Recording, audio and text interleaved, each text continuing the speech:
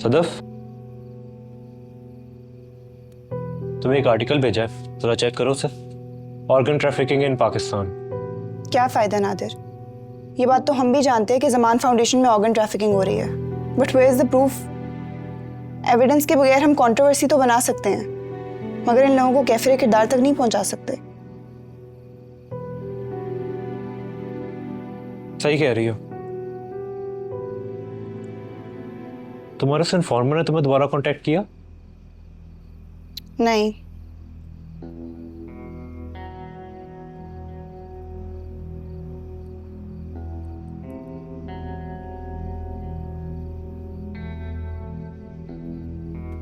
नादिर, क्या हुआ? इन्फॉर्मर की तरफ से एक फाइल रिसीव हुई है, इसको स्कैन करो और मुझे रीसेंड करो फौरन।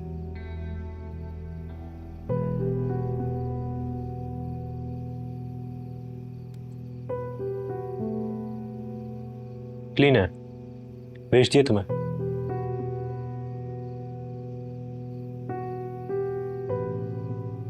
अरे ख्वाजा साहब, क्यों फिक्र करते हैं? हम हैं ना। आपके बेटे के लिए जो हार्ट ट्रांसप्लांट होना है उसका डोनर मिल जाएगा। मैंने पता कराया, यतीम खाने में कल ही 4 न्यू बॉर्न आए हैं। किसी एक का तो स्पेसिमेन मैच कर जाएगा ना।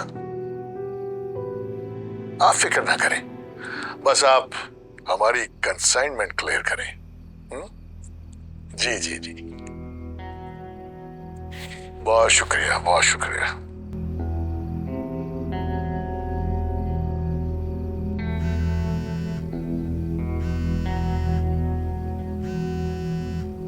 वही है।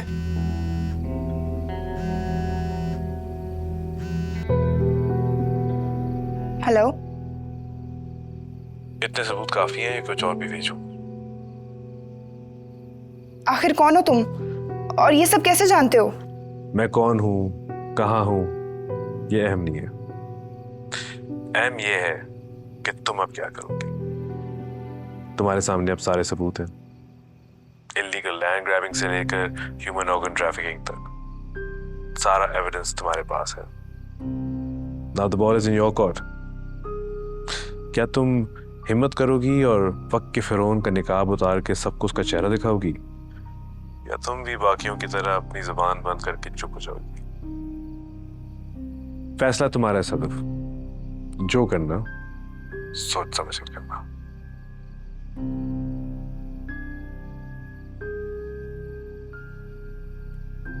कौन था?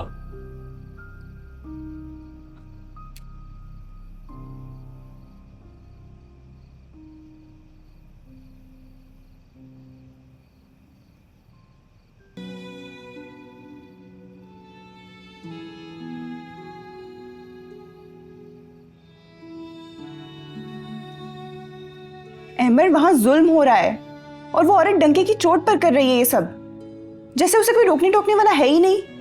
मैंने और भी कई जेल विजिट किए हैं, कहीं पर भी ऐसा नहीं होता जो यहाँ हो रहा है।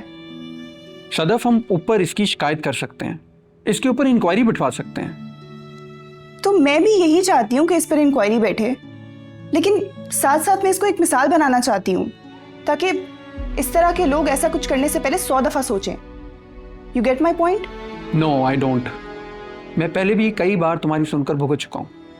आई know Amar, but please Sadaf, 6 महीने हो गए, सुकून की जिंदगी गुजर रही है, इसे खराब मत करो। तुम्हें अच्छा लगता है लोग तुम्हें थ्रेट कॉल्स करें, तुम्हें कत्ल करने की धमकियां दे रहे हो, तुम्हारे घर के शीशे टूट रहे हो? नहीं अच्छा लगता ना? मुझे भी अच्छा नहीं लगता। So please just drop it.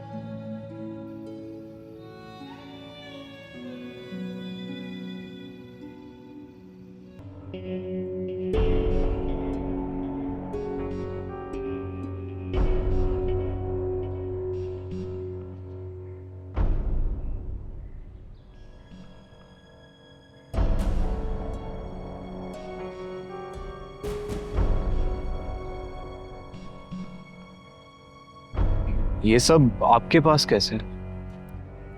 कैसे आए, किसने भेजे, मुझे नहीं पता। बस मुझे इतना पता है कि कोई तो है जो सच जानता है, और अब वो चाहता है कि ये सच मेरे सामने भी आए। कौन है वो?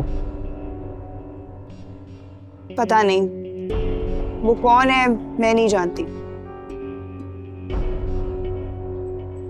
मेरे पास सिर्फ एक ही लीड है और वो है सनम यूसुफ की खुदकुशी। मैं इसी के बारे में आपसे जानना चाहती हूँ।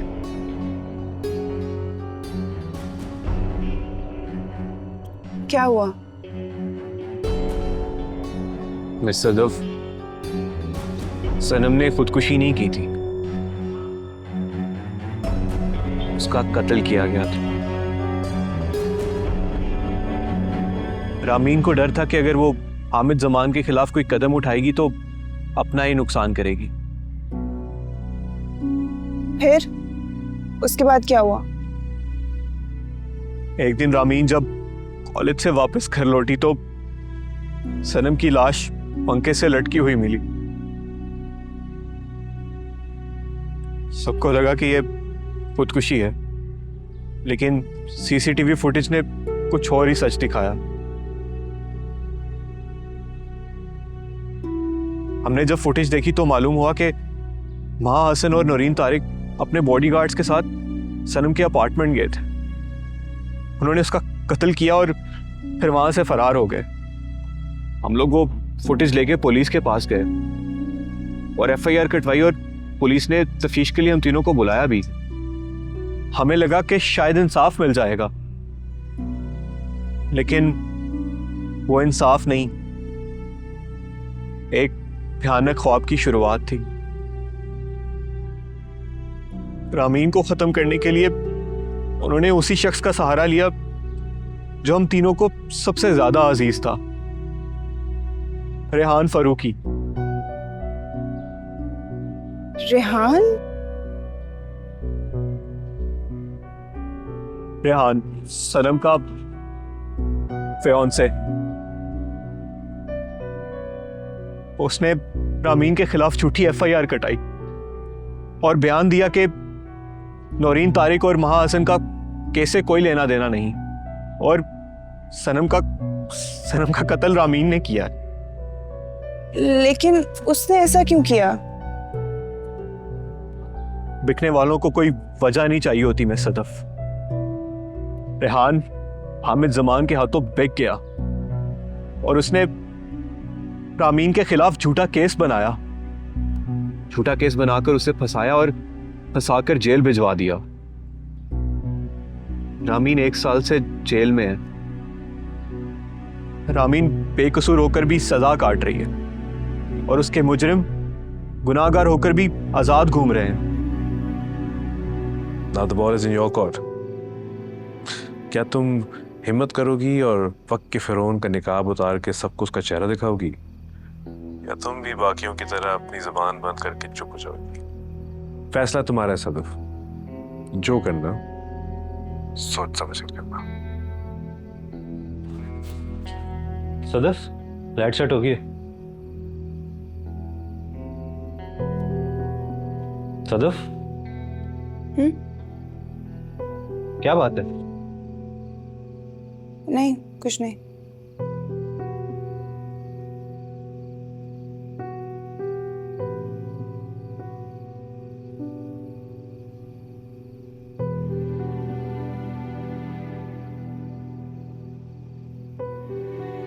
क्या हुआ सदफ? क्या बात है? नादिर, तुम्हें ये सब ठीक लग रहा है? I mean, हम जल्दबाजी में कोई गलत कदम तो नहीं उठा रहे? गलत कदम? मतलब ये कि हामिद जमान बहुत रिसोर्सफुल आदमी है। अगर हम उसे इस तरह एक्सपोज करेंगे तो वो स्ट्रांगली रिटेलिएट करेगा और उसने हमें कोई नुकसान पहुंचा दिया तो हम अपने नुकसान के बारे में कब से सोचने लगे? Sadaf Khan, brave, the bold, tauntless journalist, जो किसी के सामने नहीं झुकती, जिसको कोई खरीद नहीं सकता, आज सच बोलने से डर रही है। मैं अपने लिए नहीं, तुम्हारे लिए डर रही हूँ। अगर बदले की आड़ में उसने तुम्हें कोई नुकसान पहुंचा दिया तो क्या? ऑनेस्टली मैं तुमसे एक्सपेक्ट नहीं कर रहा था।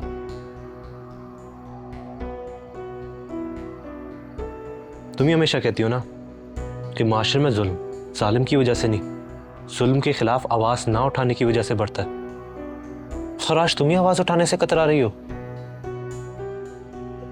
सदफ, वो आदमी इंसान नहीं है, वो एक दरिंदा है। सैकड़ों लोगों को मौत की नींद सुला चुका है। उसकी सच्चाई जान के हम कैसे चुप रह सकते हैं? अब खामोशी हराम है हम पर, चुप रहना कोई ऑप्शन नहीं है, वरना उसके साथ साथ हम भी उन मासूमों के कत्ल में बराबर के शरीक होंगे।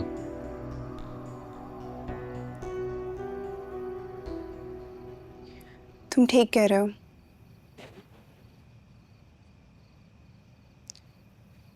चलो वक्त के फिरौन को उसके अंजाम तक पहुंचाते हैं।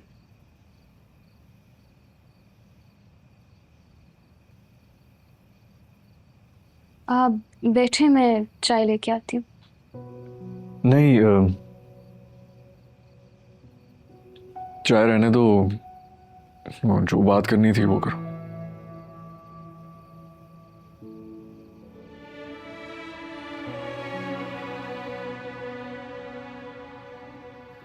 उस दिन आपसे एक सवाल पूछा था मैंने।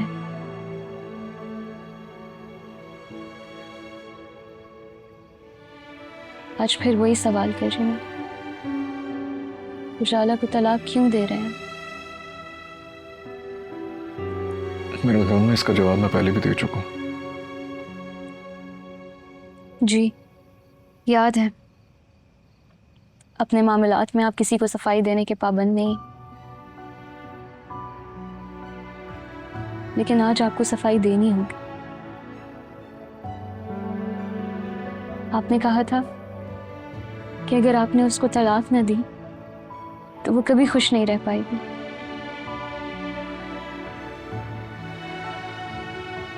जिसको आप उजाला की खुशी समझ रहे हैं वो उसकी खुशी नहीं बल्कि उसकी तबाही है।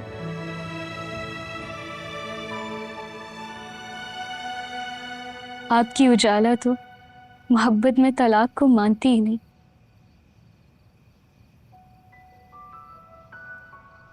वो कहती है कि मोहब्बत में या तो दो लोग मिल जाते हैं या बिछड़ के मर जाते हैं।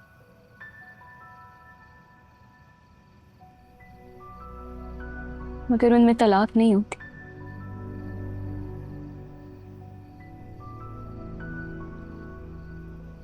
तुम मिलने गई थी उससे? हाँ। क्यों गई थी? तलाक की वजह पूछने गई थी, मगर वो बेचारी तो खुद कुछ नहीं जानती, मुझे क्या बताती।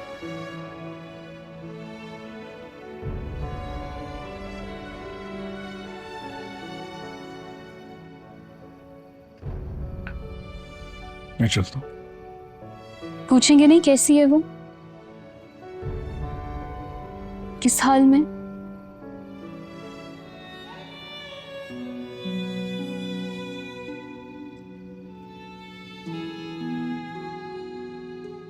मैं बताऊं? बिल्कुल आपकी तरह ऐसे ही तड़प रहेगी। इसकी हर बात में बस एक ही सवाल होता है कि आखिर उसका कसूर क्या है?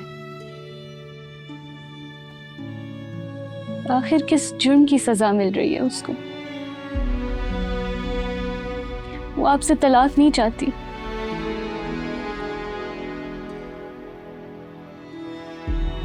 तलाक के कागज फाड़ के फेंक दिए उसने।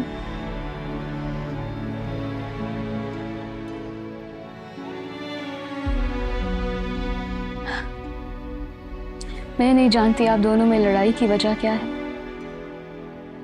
मगर वो आपसे बहुत मोहब्बत करती है। उसकी मोहब्बत का इम्तिहान ना लो।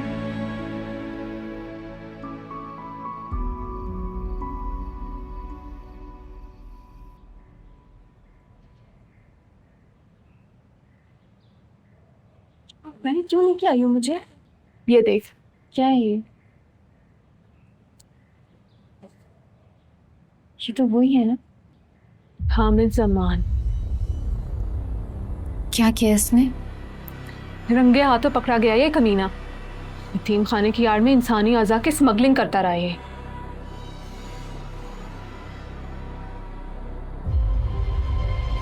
पता नहीं क्या कुछ करता रहा होगा ये।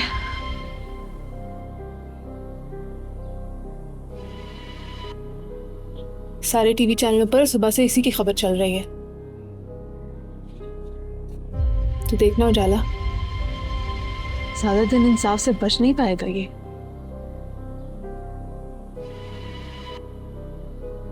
आपको अहम खबर दे रहे chief justice high court Zia Salman Nasir ने वतन अजीज पार्टी के सीनियर रहनुमा और साबिक जनरल सेक्रेटरी हामिद हुसैन जमा के नॉन बेलेबल अरेस्ट वारंट जारी कर दिए हैं। नादरीन, चीफ जस्टिस ज़िया सलमान ने Zaman foundation organ trafficking case का खुद नोटिस लेते हुए हुकाम से अगले 12 घंटे में जवाब तलब कर लिया है। इसके साथ ही मजीद तहकीकात के लिए जमान फाउंडेशन के सर्च वारंट्स पुलिस को इशू कर दिए गए हैं।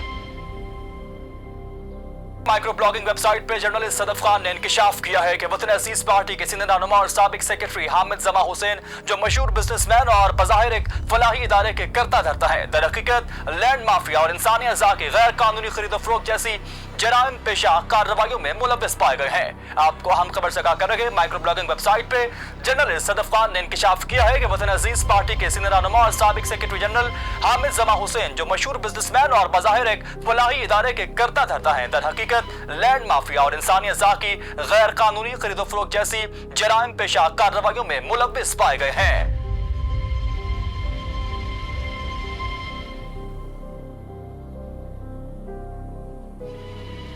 इस कालों को बटाने का अब एक ही हल है, पार्टी से आपकी रुकनियत बर्खास्त करनी होगी। तुम मुझे मेरी पार्टी से निकालोगे? निकाल कौन रहा है हुजूर?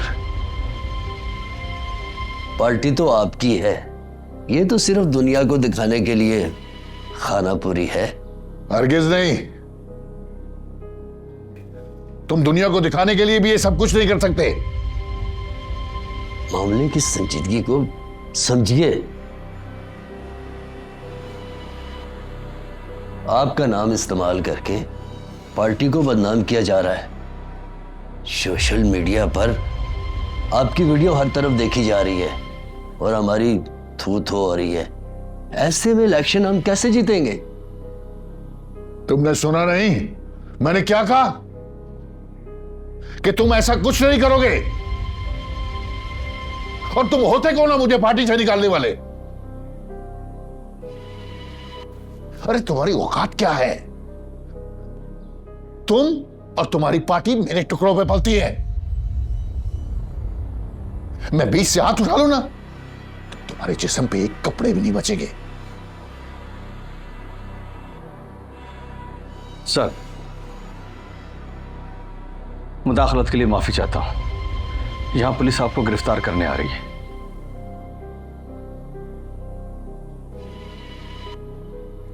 मैंने गाड़ी निकलवा दी, हमें अभी निकलना होगा।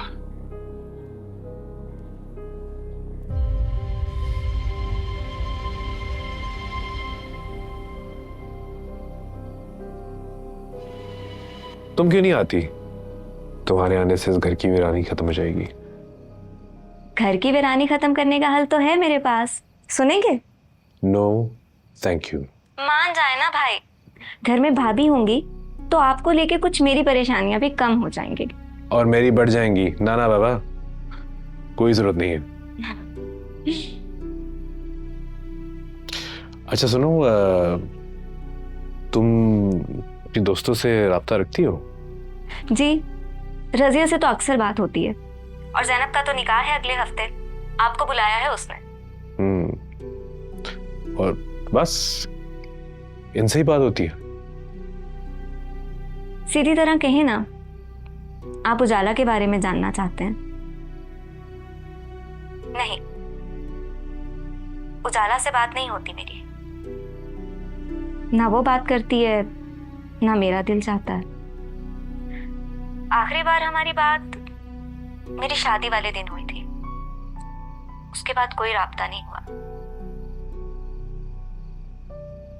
आप भूल जाए ना भाई उजाला को, वो खुश है अपने घर में। और जो हुआ उस दिन, उसमें उजाला का क्या कसूर था? तो क्या मैं कसूरवार था? मुझे किस जुर्म की सजा मिल रही है?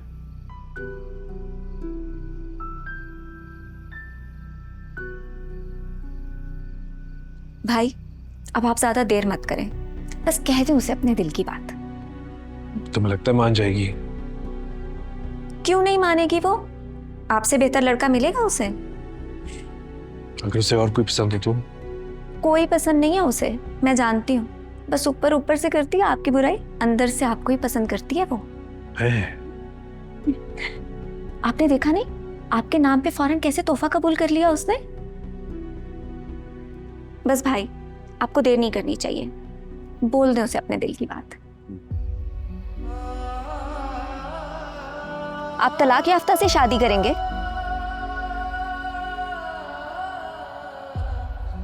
इसके लिए आपने मुझे यहां बुलाया था भाई?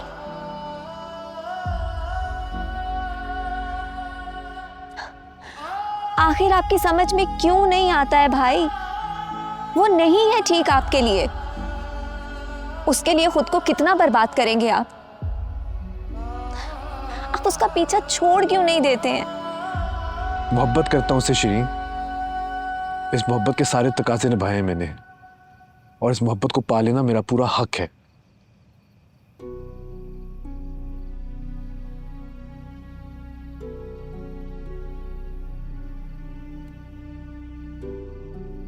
अभी तक गुस्सा में?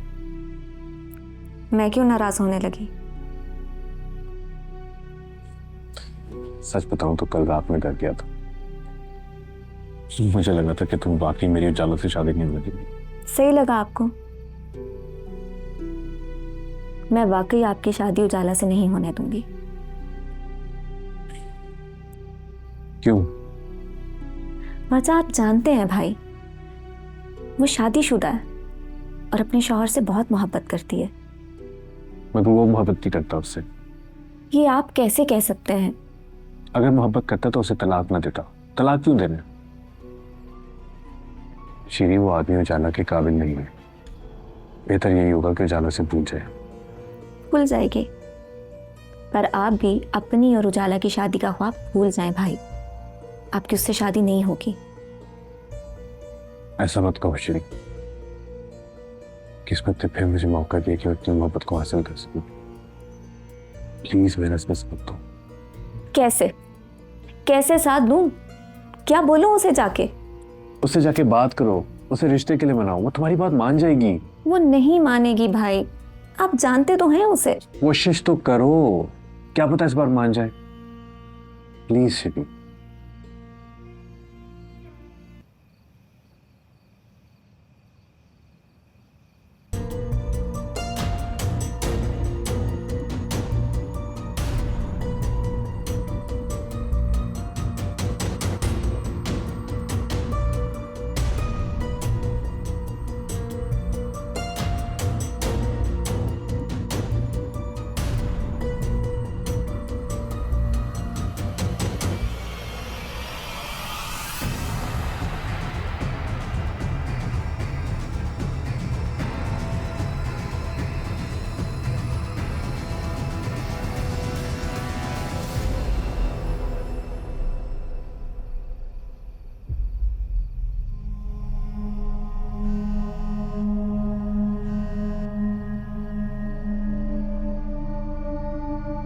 मकबूल का कुछ पता चला?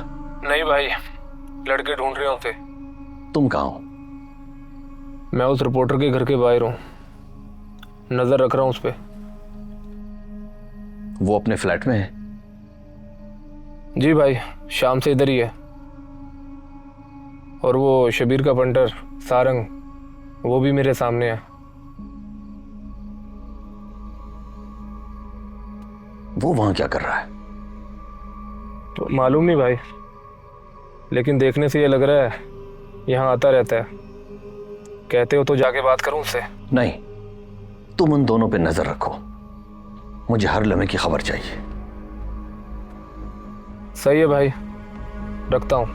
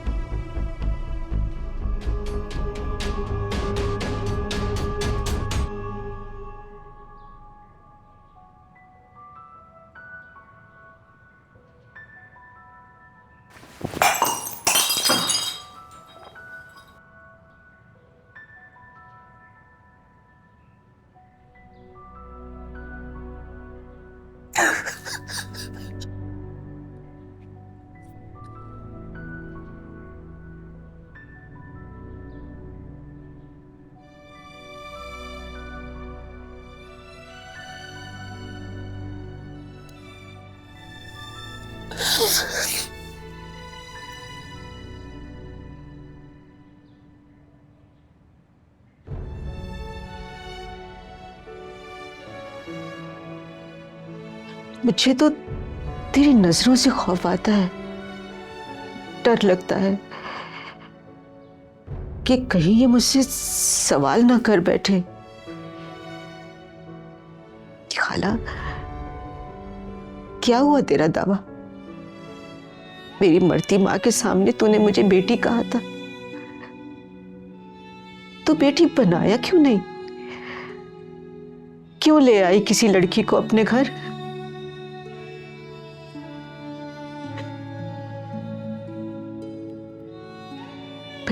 कभी कभी मुझे यूं लगता है जैसे जैसे मेरे घर को तेरी बददुआ लगी है। कैसी बातें करी है खाला? मैं भला क्यों बददुआ दूंगी आपको?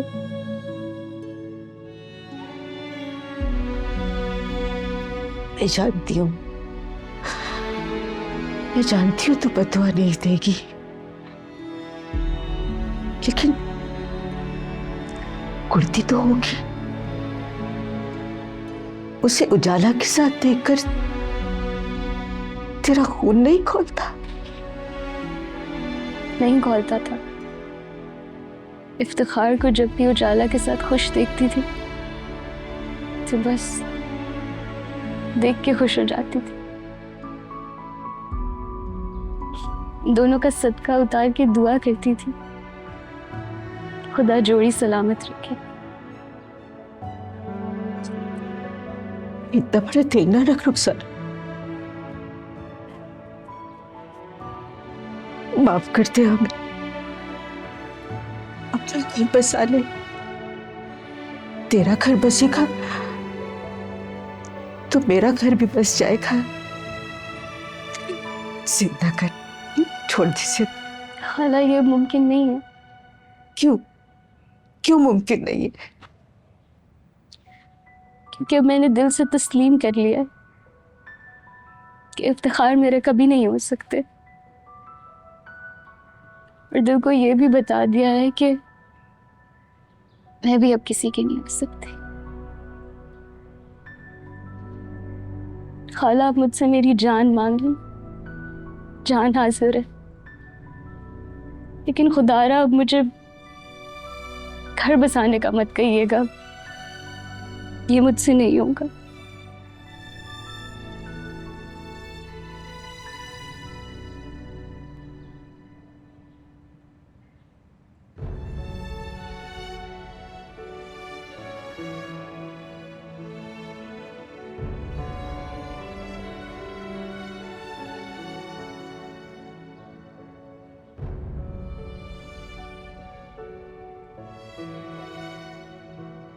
रुखसाना, जी क्या हुआ? कुछ नहीं। रो क्यों रही थी? वो अम्मी की याद आ रही थी। आप बताएं, आप कहाँ थे? इफ्तिखार के साथ था। उजाला से बात हुई उसकी? हाँ, कर लेगा। पागल ही होगा अगर तुम्हारी बात नहीं मानेगा।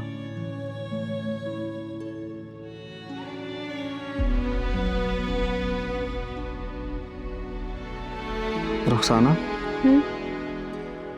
कभी बताया क्यों नहीं उसे? क्या?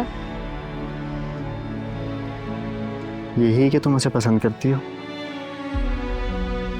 अरे क्या कह रहे हैं आप? ऐसी कोई बात नहीं। भाई हूं तुम्हारा, तुम्हें तुमसे ज्यादा जानता हूं। कुछ कहता नहीं, इसका मतलब ये नहीं कि मुझे कुछ पता नहीं। क्यों नहीं बताया उसे?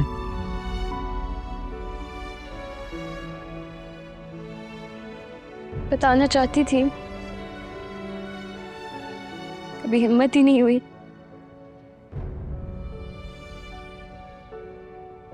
और वैसे भी मोहब्बत का इकरार किसी किसी को मयस्सर होता है।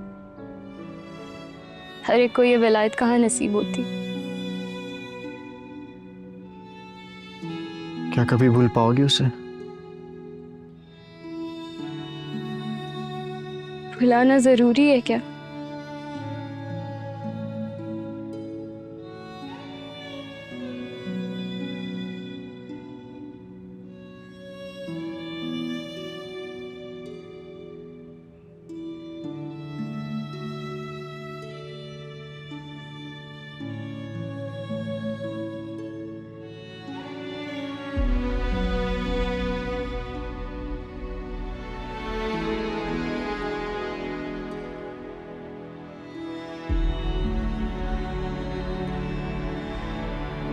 कैसी तबीयत है खाला की? बुखार कुछ कम हुआ है? बुखार तो कम हुआ है लेकिन तबीयत इतनी ठीक नहीं है। मामू और तनवीर भी शहर से बाहर चले गए। मुझे समझ नहीं आ रहा कि अब क्या करूं। अच्छा, मैं अब्बा को बुलाती हूँ, खाला को अस्पताल लेके चलते हैं। नहीं, डॉक्टर साहब आए थे सुबह, कुछ दवाइयाँ दी हैं, कहते अफाका होगा।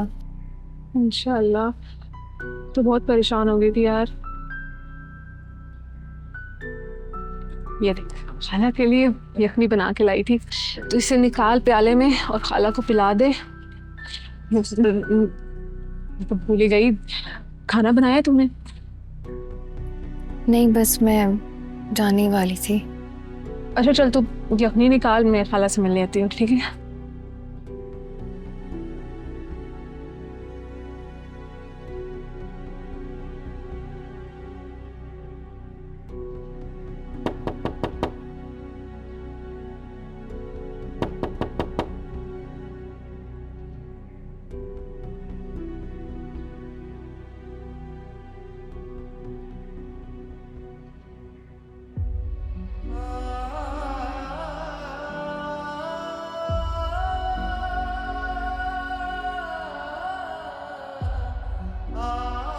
शीरी, कैसी हो जाना?